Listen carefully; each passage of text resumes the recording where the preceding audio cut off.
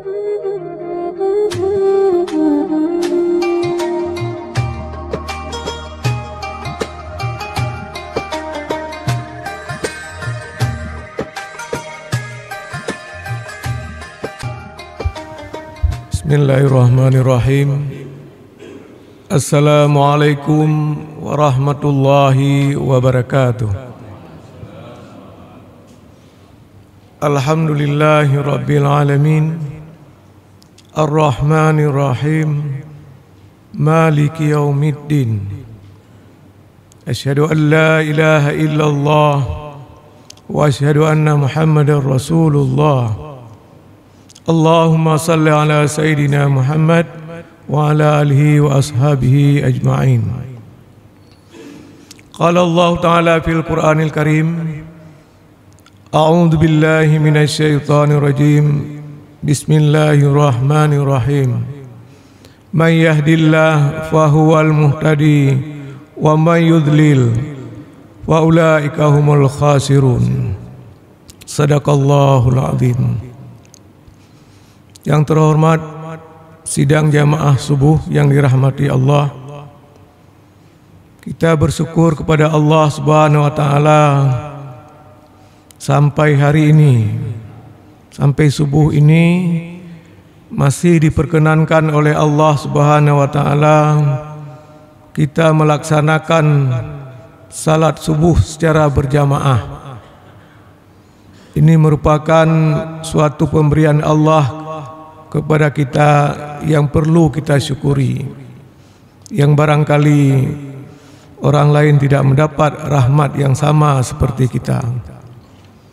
Salawat dan salam kepada Nabi besar Muhammad sallallahu alaihi wasallam dengan kegiatan yang beliau lakukan, membebaskan umat yang jahil ke umat ilmiah, yang besok kita akan rayakan hari kelahiran beliau 12 Rabiul Awal. Beliau lahir hari Senin, beliau berpulang ke rahmatullah juga hari Senin. Inilah yang patut kita ikuti, apa-apa yang diperintahkan oleh Rasulullah sallallahu alaihi wasallam. Jangan hanya sekedar kita memperingati hari kelahiran beliau, tapi ikutilah sunnah-sunnah yang beliau titipkan kepada kita semuanya.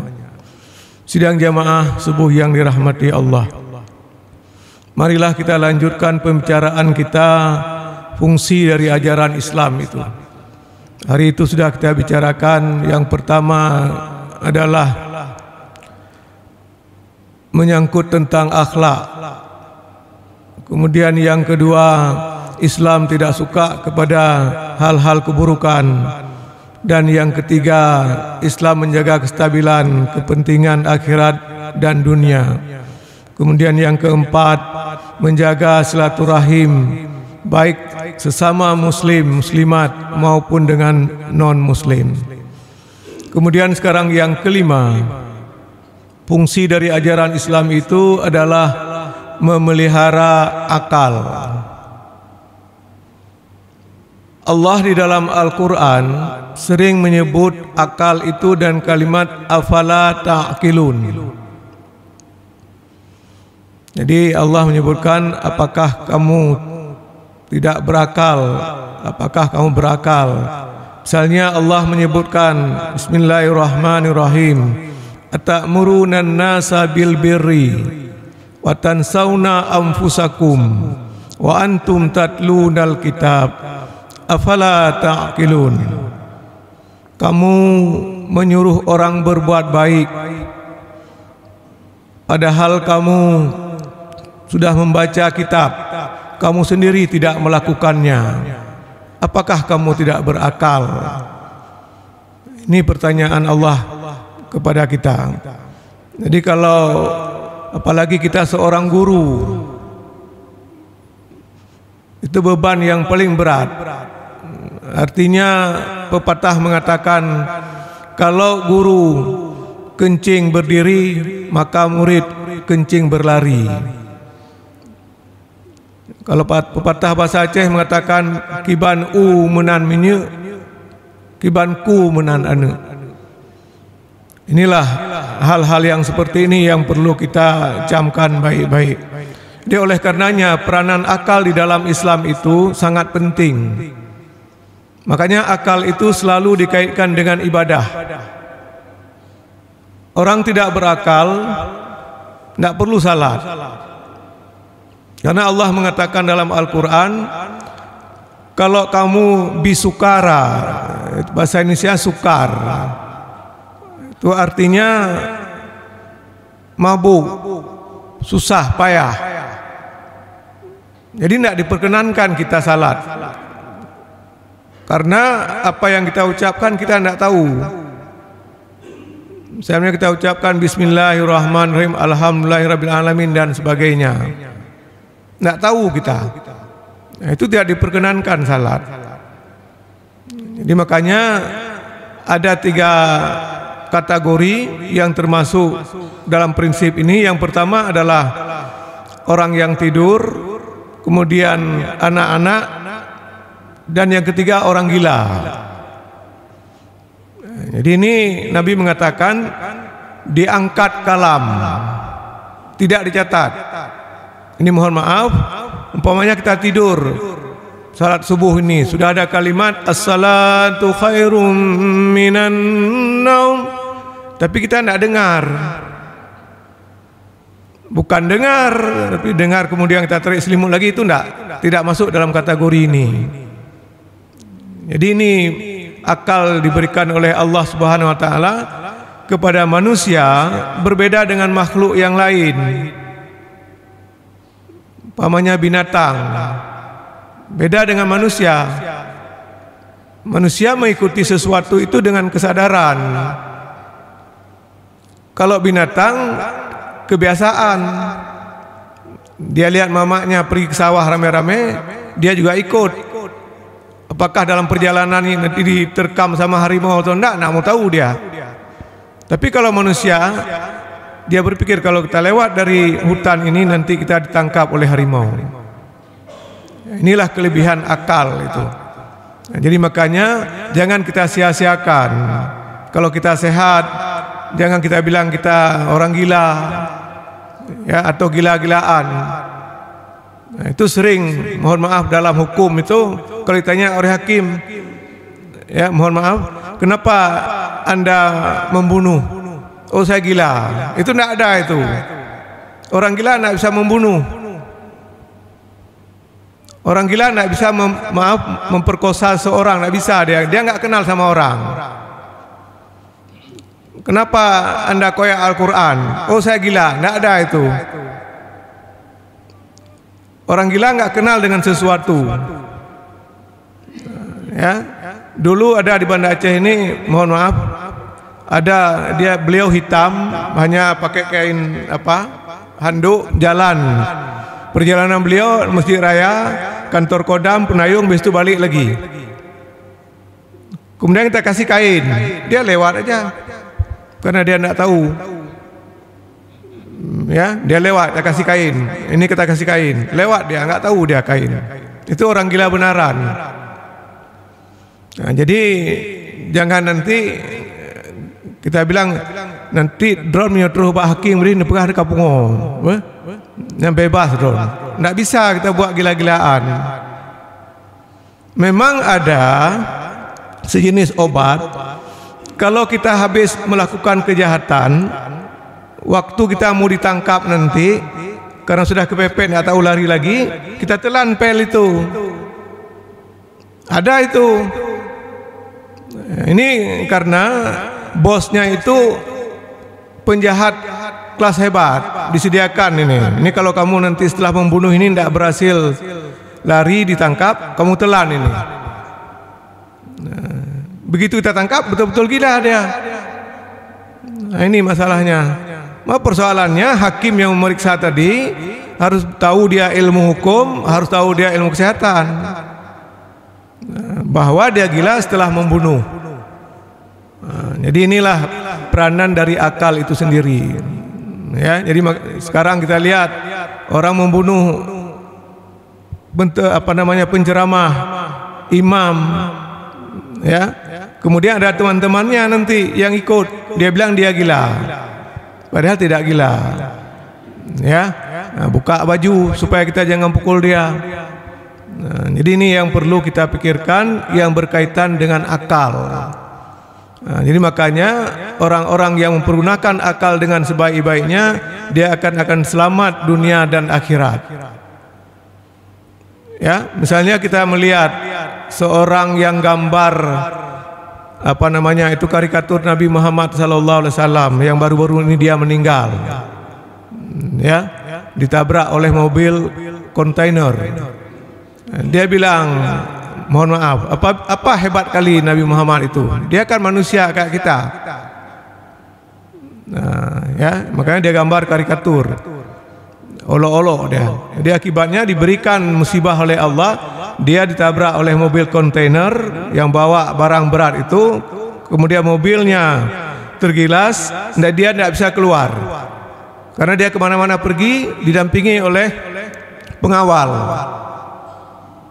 Jadi pas dia teriak-teriak minta bantu, ya, disemprot dengan alat pemadam kebakaran, bukan tambah padam apinya, tetapi tambah besar apinya. Akhirnya dia meninggal dunia. Jadi dia punya akal, tapi tidak bisa membedakan mana nabi, mana rasul, mana manusia biasa. Jadi akibatnya Allah menampakkan kekuasaannya di dunia ini, mengazab orang-orang yang seperti itu. Allah aja menghargai Nabi Muhammad. Ya, datang dia seorang kafir itu, ya, karena kehebatan dia, kekayaan dia, kemana-mana dia pergi, dijaga, dikawal. Tapi pas kejadian kayak gitu, siapa yang mengkawal? Ya, api terus membesar, yang semprot gas tadi itu seyogianya kita semprot gas itu kan padam. Tetapi ini tidak, tambah besar apinya sampai dia meninggal dunia. Nah, inilah peran akal diberikan oleh Allah Subhanahu Wa Taala di dalam Al-Quranul Karim. Ya, semoga kita ini bisa memanfaatkan dengan baik. Kemudian yang berikutnya, peranan dari ajaran Islam itu adalah memelihara jiwa. Jiwa itu, ya. Jadi Allah mengatakan dalam Al-Quran, janganlah kamu membunuh anak-anakmu karena takut kelaparan. Ya, janganlah kita membunuh anak-anakmu karena takut kelaparan. Ini Allah memperingatkan bahwa yang memberikan rezeki untuk anak-anak kita itu adalah Allah Subhanahu Wa Taala. Jadi bukan mama dan ayahnya. Mama dan ayahnya itu adalah berusaha supaya bisa menghidupkan anaknya. Begitu juga Nabi mengatakan, janganlah kamu membunuh seorang muslim atau muslimat karena kamu bersaudara. Ini bagaimana kalau kita lihat di Timur Tengah? Ya, sesama orang Islam diadu oleh Amerika. Karena sekarang yang berkuasa dunia ini adalah orang Amerika. Ya, Saudi Arabia juga di bawah Amerika. Ya, negara kaya raya, tapi tidak ada ilmu. Nah, jadi makanya Allah mengatakan kalau kita berilmu itu akan diangkat derajat kita. Yarfa'illahu alladhina amanu minkum wa utul ilma darajat. Orang-orang Arab itu kaya raya semuanya. Ya, tapi dia karena tidak berilmu, ini yang jadi masalah. Nah, jadi oleh karenanya di dalam ajaran Islam itu bukan berarti tidak boleh kita membunuh orang, boleh, tapi bil haqq. Misalnya seseorang telah membunuh orang lain tanpa salah apa-apa, boleh kita lakukan kita eksekusi dia, kita bunuh. Tapi yang betul-betul. Ya, misalnya kita membunuh orang, maka hukumnya bunuh juga. Ya, nah, sebenarnya yang dipakai di dalam kitab undang-undang hukum pidana itu bersumber dari Al-Quran. Cuma pelaksanaannya tidak dilakukan. Ya, karena dalam hukum mengatakan kalau kita bunuh orang, kita juga harus dibunuh. Itu disebutkan di situ. Itu dasarnya. Tapi gampangnya hukum Islam itu dengan kata-kata maaf aja bisa gugur hukum itu. Jadi tanya sama keluarganya, pudron pemaaf, nyoha pemaaf, ini tidak akan dilaksanakan hukuman mati terhadap si pelaku ini. Itulah enaknya di dalam ajaran Islam. Ya, jadi tidak perlu banding kasasi macam-macam. Ya, apalagi kita tunggu banding kasasi itu, mohon maaf kadang-kadang sampai bertahun-tahun, berbulan-bulan. Ya, kalau kita tanam pohon sudah berbuah, belum ada putusannya. Ya, ini namanya aja urusan manusia itu. Jadi ini yang perlu dicamkan baik-baik. Bagaimana di dalam Islam itu menjaga jiwa seseorang. Ya, jadi tidak boleh suka-suka hati kita mau membunuh. Kemudian yang berikutnya, fungsi ajaran Islam itu adalah memelihara keturunan. Memelihara keturunan. Sebelum ajaran Islam lahir, sebelum Nabi Muhammad menyiarkan ajaran Islam, mohon maaf, itu manusia kawin seperti binatang. Jadi tidak ada larangannya. Apakah anak makciknya, anak abangnya, ya, pokoknya nafsunya bisa tersalur itu. Makanya Allah mengatakan wala tattabi'u khutuwatis syaitan. Jangan kita perturutkan hawa nafsu setan, karena setan itu mengajak kita kepada hal-hal yang tidak baik. Tapi dengan turunnya Al-Quran sudah ditentukan siapa yang boleh kita menikah. Pak, kita boleh menikah dengan orang tua kita, dengan adik kita, itu sudah ditentukan. Ya, ditentukan oleh Al-Quran, kemudian dijabarkan oleh hadis. Nah, misalnya Rasulullah mengatakan, kalau kita mau cari suami atau istri, perhatikanlah 4 hal ini, kata Rasulullah. Yang pertama adalah kecantikannya. Jadi kecantikan ini sifatnya itu sangat subjektif. Ya, mungkin sama Ustaz Khalil udah cantik kali.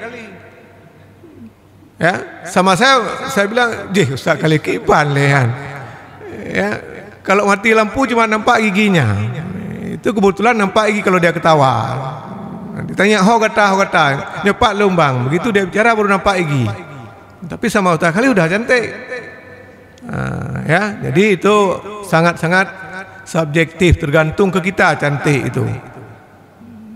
Jadi sebelum kita menikah cantiknya setengah mati, mungkin dia di dunia paling cantik. Tapi udah kita menikah udah lain lagi ceritanya. Ya, jadi itu. Kemudian yang kedua, kata Rasulullah, calon kita itu ada harta. Minimal cukup untuk dia sendirilah, bukan untuk kita. Ya, jadi cukup untuk dia sendiri, bukan untuk kita. Kemudian yang berikutnya, yang ketiga, berdasarkan keturunan, tahu kita. So tuan Ron Ustaz Khalis, tahu ini tuan saya. Jangan ditanya, so tuan hanan doh, ibegah lu tanya nan mak Ron so, kamu meninggal tsunami. Ya, meninggal tsunami. Ya, jadi jangan seperti itu. Tidak tahu kita keturunannya. Ini untuk apa? Supaya jangan nanti tahu-tahu adik abang nanti menikah. Ya, misalnya ada satu orang pindah-pindah tugas, satu menikah di Kalimantan, satu menikah di Papua, ketemu semuanya di Jakarta. Tahu-tahu sudah menikah sama adik dan abangnya. Jadi ini yang tidak diperkenankan di dalam ajaran Islam itu. Kemudian yang keempat, agama. Ya, agama yang keempat. Yang terakhir itu. Jangan nanti ini entah betul entah tidak, saya tidak tahu. Cerita teman saya di Kuaket. Jadi beliau cerita waktu calon pengantin itu harus dites. Yang laki harus tanya Al-Quran macam-macam, minimal ayat-ayat pendek. Tanya, "Dek, ada mengaji?" "Ada." "Berapa juz?" "Oh, enggak ada juz." Ya. Kalau saya tanya surah pendek, tahu. Nah, bisa enggak baca surat Al-Ikhlas? Tanya sama anak laki itu. Oh, enggak bisa. Pak, ini mohon maaf Pak ya, jangan halang-halang, saya mau menikah dengan baik. Jangan Bapak, saya berbuat zina nanti Bapak berdosa. Kalau begitu apa juga yang bisa adik hafal? Oh, saya kalau qul huwallahu ahad boleh Pak Ustaz? Oh boleh. Keluar air mata dia. Jadi inilah tingkatnya. Mau menikah, ditanya surat Al-Ikhlas bisa? Enggak bisa. Nah, jadi diserahkan oleh apa namanya, calon yang tes tadi itu, ya udahlah terserah sama adik. Yang bisa apa? Ya, qul huwallahu ahad boleh Pak Ustaz? Oh boleh. Kalau gitu kan baik Pak Ustaz. Bacalah qul huwallahu ahad. Jadi inilah tingkatnya sidang majelis yang terhormat, tingkat kita sekarang. Mungkin waktu kecil-kecil kita dulu ngaji itu wajib. Nggak ada istilah buka-buka TV karena memang dulu nggak ada TV, apa yang dibuka? Ya, itu wajib maghrib isya itu dulu. Kemudian Nabi menambahkan lagi, kalau saya yang nomor 4 ini jadi nomor 1. Yang pertama saya tanya dulu, kamu ada salat, bisa ngaji. Yang lain-lain baru dibelakangkan oleh Allah, hartanya, keturunannya, kecantikannya. Itu sifatnya sangat subjektif. Nah, itu. Ya. Nah, jadi ini yang perlu kita perhatikan Bapak Ibu yang terhormat. Ya, kadang-kadang kita sibuk, istri kita bekerja, ya kita bekerja, tapi tidak pernah kita tanya anak-anak kita, ya, nak tolong store pagi ini sudah sampai kemana? Tidak pernah kita bilang kayak gitu. Nah, ya jadi ini salah kita ini. Nah, jadi salah kita, bukan salah anak, karena kita tidak pernah apa namanya mengirim anak-anak kita ke dayah. Ya, jadi seolah-olah mohon maaf ya, kalau di dayah itu kita sekolahkan anak kita tidak akan, mohon maaf, tidak kaya dia. Nah itu ukuran kita. Padahal zaman sekarang itu mana ada. Ya, dulu orang nak mau masuk man. Ya, kenapa? Karena sekolah agama, payah tak minta kerja. Sekarang man dengan SMA 1 sudah man di atas. Jadi ini yang perlu kita camkan baik-baik. Kemudian berikutnya adalah persoalan harta, memelihara harta. Jadi nanti Bapak Ibu bisa lihat dalam Al-Quran bagaimana cara kita menjaga harta. Yang pertama kita harus keluarkan hak harta itu. Itu yang dulu. Jadi kita punya harta bermacam-macam. Kalau kita kumpulkan sampai beberapa manyam emas, kita bersihkan dulu harta itu supaya berkah.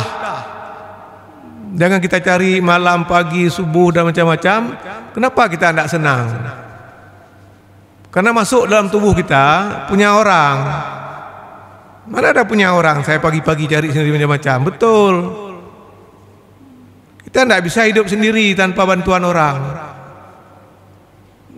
Ya, tanpa bantuan orang tidak bisa hidup kita sendiri. Katakanlah misalnya, mohon maaf, si Lim Siliong itu yang kaya raya yang sudah meninggal itu. Dia punya pabrik Indomie, Indomobil, Indo TV, macam-macam sebagainya. Coba bayangkan kalau Indomie itu nggak dibeli oleh anak kos, bangkrut enggak pabriknya? Itu contoh dulu. Pokoknya yang merek Indo semua dia punya. Ya, makanya dia orang nomor 1 paling kaya di dunia ini. Ya, di Indonesia. Ya, jadi sampai mungkin Indo yang Sia ini mungkin juga. Ya, karena Indo juga. Ya, jadi makanya Allah menentukan kalau nanti kita sudah meninggal itu pembahagian harta warisan ditentukan dalam Al-Quran. Anak berapa, istri berapa, ya, makcik berapa, sudah semua tersusun dengan baik. Karena dalam Al-Quran itu hukum yang paling jelas, yang pertama hukum nikah. Itu tidak bisa main-main kita. Yang kedua, hukum waris. Makanya nanti kalau mau kiamat, hukum waris ini yang pertama dicabut di dunia ini. Makanya kalau kita datang ke mahkamah syariah, kita tanya masalah pembagian warisan. Pak Hakim, nyatanya ngucut bah. Soal urung bagi harta warisan menurut Al-Quran ngehukum kafir. Kalau hukum kafir, Bapak Ibu yang terhormat, sama. Perempuan satu, laki-laki satu. Nggak ada bedanya, karena nggak ada tanggung jawab. Kalau hukum kafir itu sifatnya individualistis. Abang gero, tanya gero. Sedangkan dalam hukum Islam tidak demikian. 2 kali lipat anak laki. Karena anak laki itu ar-rijalu qawwamuna 'alan nisa. Jadi anak laki ini menjaga kakaknya, adiknya yang perempuan. Nanti dia kakaknya diceraikan sama suaminya. Beban yang laki tadi. Jadi bukan seperti hukum kafir menerjemahkan hukum Islam. Orang perempuan sudah zaif, dikasih lagi separuh. Itu pandangan dia. Jadi makanya Allah memperingatkan kepada kita, wa may yahkum bima anzalallahi faulaika humul kafirun, faulaika humul fasikun, faulaika humul zalimun. Allah mengatakan, barang siapa kalau menghukum tidak menggunakan hukum Allah, maka dia zalim. Ya, maka dia fasik. Malah lebih tinggi lagi, kafir dia, kata Allah. Ya, jadi ini tidak ada dalam hukum Islam disebutkan boleh bagi harta warisan sesuka hati kamu, tidak ada itu. Tapi Allah sudah menetapkan itu. Karena di ujung ayat tadi, inilah ketetapan Allah. Di ujung dari surat yang menyangkut tentang pembahagian harta warisan itu, tidak ada kalimat ataupun boleh suka hati kamu. Karena Allah tahu konsekuensi terhadap harta. Mohon maaf, kadang-kadang gara-gara 1 meter, adik abang bisa main parang. Itu gara-gara 1 meter. Ya, jadi disinilah peran ilmu pengetahuan. Jadi jangan nanti gara-gara harta orang tua kita tinggal sedikit, ya, keluar sedikit, udah bertengkar. Orang tua kita calo-calo minta harta ke kitanya. Kemudian kita sudah bertengkar.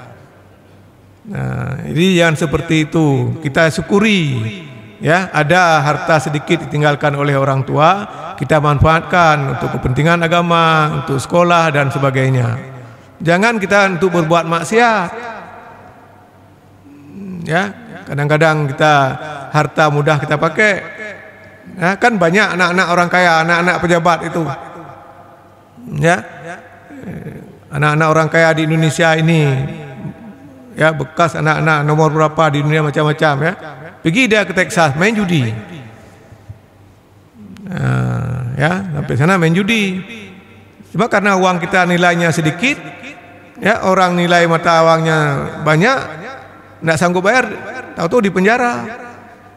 Penjara, telepon kedutaan, apa itu aja kamu nggak sanggup urus. Nah, ya, jadi ini. Kemudian yang terakhir adalah melindungi agama itu sendiri, agama kita, agama Islam. Jadi kalau kita sudah beragama Islam, maka harus betul-betul haqqa tuqatih wala tamutunna illa wa antum muslimun. Jadi jangan nanti kita orang beragama Islam, tapi perilakunya kayak orang bukan beragama Islam. Ya, jadi padahal Allah menganjurkan kepada kita selalu bisalamin aminin, bisalamin aminin. Tetapi kita tidak mau menjaga agama kita. Ya, kita lihat misalnya kayak mahasiswa, dia kadang-kadang zuhur nggak salat, ya, asar nggak salat. Padahal dari kampung dia berangkat sudah dikatakan oleh mamanya, tua-tua semayang.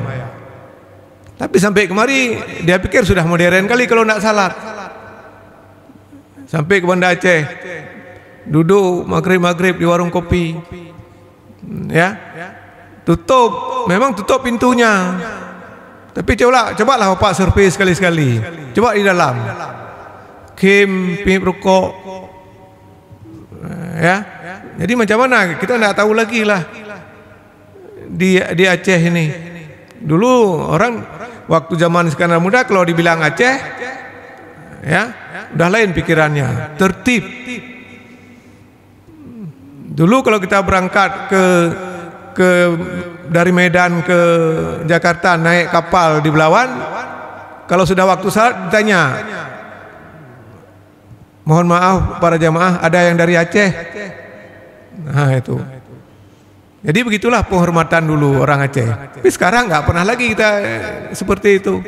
Ditanya siapa yang bisa bersedia jadi imam. Tapi kalau dulu begitu dia. Ya, dulu pesawat kan mahal, jadi naik kita kapal laut dari Belawan ke Jakarta. Baru sekolah lagi kita ke Jakarta. Tapi tanya kayak gitu. Kalau ada orang Aceh tolong ke depan. Nah, tapi kalau sekarang tidak lagi seperti itu, Bapak yang terhormat. Ya, malah orang-orang lain kita kalah.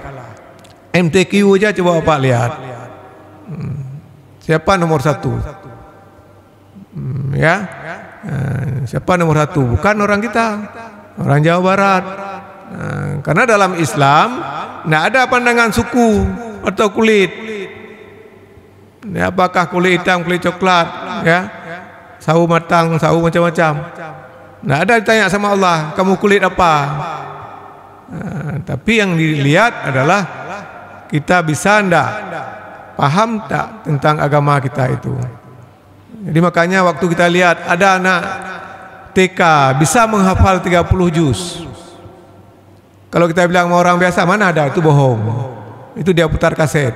Semua bohong sama orang kalau memang nggak tahu apa-apa. Ya.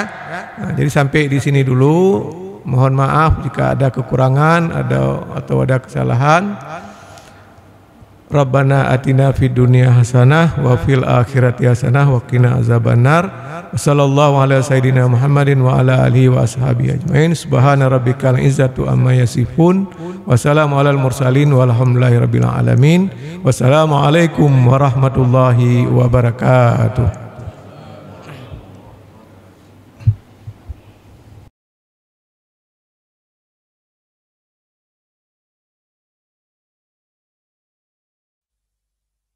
Ah